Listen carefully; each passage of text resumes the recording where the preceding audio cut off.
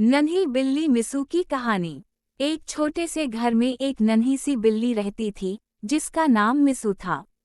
Miss you बहुत शरारती मगर दिल की बहुत अच्छी थी।